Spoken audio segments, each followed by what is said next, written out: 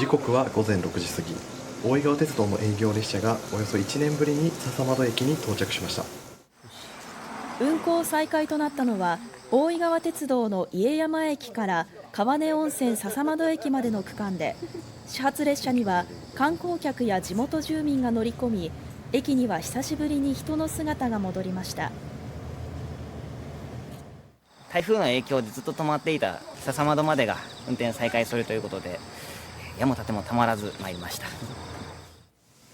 大井川鉄道はこれで全線のうちおよそ半分の区間が復旧しました。